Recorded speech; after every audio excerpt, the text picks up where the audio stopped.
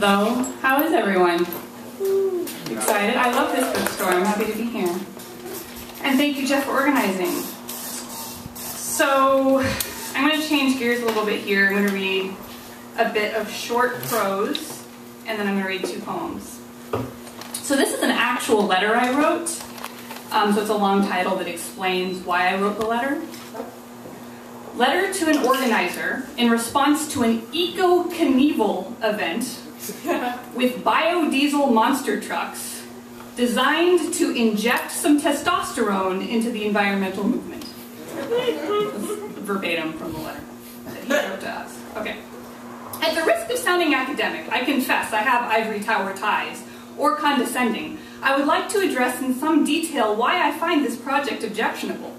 Truthfully, I hope that you do hear my perspective. My intention is not to school you, create unnecessary divisiveness in a movement that surely needs an injection of something. Indeed, it is because of the fact that I agree with you that the environmental movement does need spectacle, does need excitement, does need enthusiasm that I am writing you this extensive reply. Of course I like spectacle, but I don't tolerate sexist or gender-normative frameworks as motivating tools. Neither do I appreciate the posture of classist fetishization and appropriation, specifically of rural working-class white culture, such as mullets or Eco-Knievel.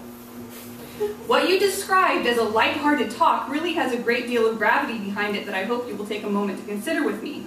Ultimately, what is at stake here is who will lead the burgeoning next wave of the environmental movement.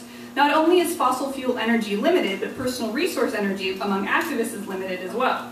It's not so much that I'm saying your event shouldn't exist, but that I can't put my resources into it because we have different priorities. I think it's important to note that the environmental movement has 3 waves, which interestingly parallel the 3 waves of feminism. Some count 4 and 1 or both. The parallel, as I see it, is about leadership and representation and priorities. The second wave of feminism and environmentalism, and indeed the first waves of both as well, were predominantly led by white middle and upper class folks, and in the case of environmentalism, cisgendered men. Footnote 1.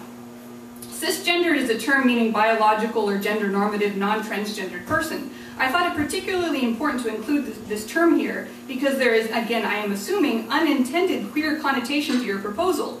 The only people I know who literally inject testosterone are trans men. If that's an intentional reference, then whoa, stop me dead in my tracks and we can have a whole other conversation. I have to say that because of the cultural buttons you're pushing with this event, it suggests that the target demographic is likewise middle class and white. I could be wrong. It's an assumption and maybe speaks to some bias of mine. But what I can say for certain is that injecting testosterone into the environmental movement is just an intolerable statement, not because of some self-righteous oversensitivity, but because it is in fact both obscures the difficult history of white men in leadership roles and thus makes it impossible to heal from this legacy and have a productive future movement. And because, more to the point, what the hell does that even mean? I mean, on a really superficial level here.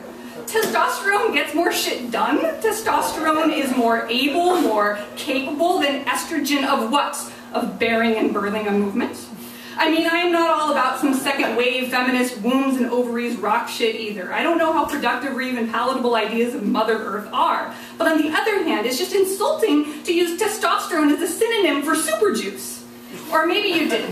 Maybe that's the thing with monster trucks. You really want environmentalism to be more macho? Why exactly is a monster truck macho anyways? Also, in what sense is this event sustainable?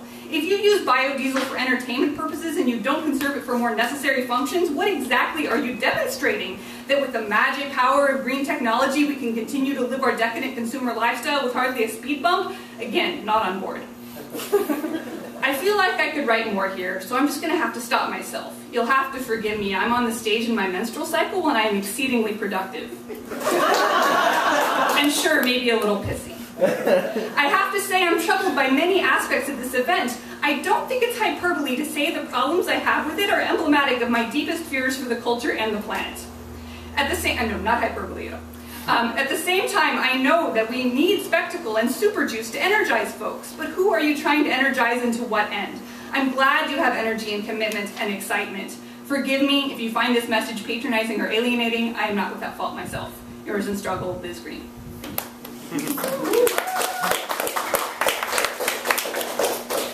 Okay, switching gears, this is a poem called Pomegranate or Persephone Song. 1. Just 3 C's. Rabbit with human teeth. Creepy, I said. Don't worry, I agree, he said. But you're still holding the puppet, relentless, still saying, you're awesome, I miss you, and where were you when my signal went out at midnight? Could you not hold me, at least, in your teeth? You know, radio frequencies, he said. Conspiracy theories, we fondled. We thought of fucking, but because of safety we decided to be dangerous, tasted illicit, the fruit like Wonder Bread but moldy, but it's okay this time, it's just like home. I miss you, and where were you that night? When I held a pen against my heart darkly, when you wore black, when I wanted to be Batman's daughter. I just wanted to taste this time, just 3 seeds, because sometimes, in California, I miss the winter. 2. Emerge for now. Often it is honeysuckle, my dream softens my forehead. Often I have a rare moment of opening, suck the nectar, balm, muggy day, when I shyly glimpse and curl a mouth towards topsoil. These blossoms, so disposable, so indispensable, countless buds, overgrown and tempting, say, sicken yourself here, on autumn, on reap. The stems poke out, embarrassed and bare, as yellow petals are vacuumed up with childish lips. Learn to sample, learn summer, learn seasonless cycles of rain, dry, growth, learn humid, stand in it, sleeveless, no shy armpit, just sweat, nectar, momentary sustenance, abundance now of everything that teases. 3. Return and face the dead. The strange love fist that only rises in anger with you, rises with my anger, your heart, a buoy, a tide, a starfish, never bruising, right? This strange love fist erupts for the sake of connection, wants to make alien babies out of stomach lining and paperweights. I cannot hold you down there any longer. Explode somewhere, please. Don't ask me to make you beautiful. That is the work. That is breakfast and noontime is respite. That is physical. Gardens of muscular petals. That is, where did I put my manifesto? Yes, there. It's due next Tuesday. You are only ugly. You hollow scream. You bitter, accidental grace. Only what I need to say. You must be. No, I must make you. Find you. Shush you. Pillow fight and cotton wrap you. I must absorb you. Abolish you. Extract, extract, extract. I must you, scrape, I, together, sing. This is my last poem. This is called Little Blue Dot. The rain falls like kisses on the road that goes in 2 directions. My body has a dotted yellow line down its middle, speed bumps over my belly button. No matter how much I dig, my belly won't tell me if a child will ever live there. I go east, I go west. You flash on my map screen like a broken smartphone dream. You flash like GPS, the little blue dot that says, you are here. But I never trust that dot. How could something outside of me know my pulse, be my compass? How could something inside of me have its own pulse, its own moral magnet pointing north? I craft words, not flesh. Oh, I sound like a horror movie. How do the breeders make babies sound so heroic?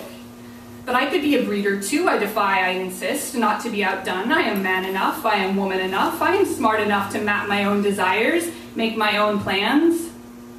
The little blue dot I swallowed yesterday, after our reckless night of flesh on flesh, a speed bump that says, you are not here yet. The strands of accident float inside me in every direction. Thank you.